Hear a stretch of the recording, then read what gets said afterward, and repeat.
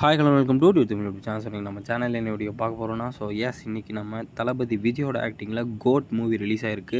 இந்த மூவி எப்படி இருக்குது, இந்த மூவி பார்க்கலாமா, நம்ம தாங்க இந்த வீடியோவில் நம்ம பார்க்க போகிறோம்.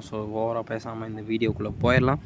கோட் இந்த மூவியில் விஜய், பிரசாந்த், பிரபுதேவா, அதுக்கப்புறம் அவர் நடிச்சிருக்காரு, அப்புறம் அவங்க நடிச்சிருக்காங்கன்னு சொல்லி நிறைய பேர் நடிச்சிருக்காங்க இந்த மூவியில். இந்த மூவி வெங்கட் பிரபு தான் டைரக்ட் பண்ணியிருக்காரு. இந்த மூவியோட ஸ்டோரி என்னென்னு பார்த்தோம்னா, நம்ம விஜய் வந்து சாட்ஸ் அப்படிங்கிற ஒரு சீக்ரெட் ஏஜென்சியில் ஒரு மெம்பராக இருப்பாருங்க. அப்படி இருக்கிறப்ப தாய்லாண்டில் ஒரு மிஷினுக்காக இவர் போவாருங்க. அப்போ இவரோட பையனை கொன்றுவாங்க.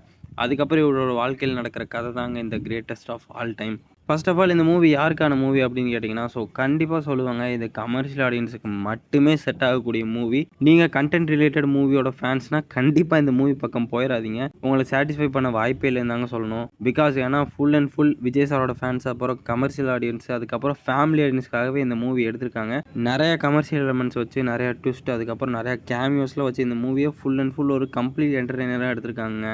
இந்த மூவியோட ஒரு மிகப்பெரிய ப்ளஸே நம்ம தளபதி விஜய் தான். சூப்பராக நடிச்சிருக்காருங்க.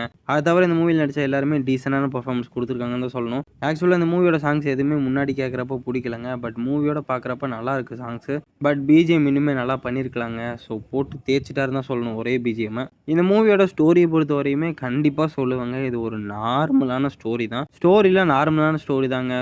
அதை ஃபுல் அண்ட் ஃபுல் ஒரு செம்ம ஸ்க்ரீன் பிளேயோட காட்டணும்னு சொல்லி தான் விபி இந்த மூவி எடுத்திருக்காரு. இந்த மூவியில் நிறைய ட்விஸ்ட் அண்ட் டர்ன்ஸ்லாம் இருந்துச்சுங்க. அதில் ஒரு சிலது நல்லா ப்ரெடிக்டபுளாக தாங்க இருந்துச்சு. பட் 1-2 வந்து ரொம்பவே அன்எக்ஸ்பெக்டடாக சூப்பராக இருந்துச்சுன்னு தான் சொல்லணும்.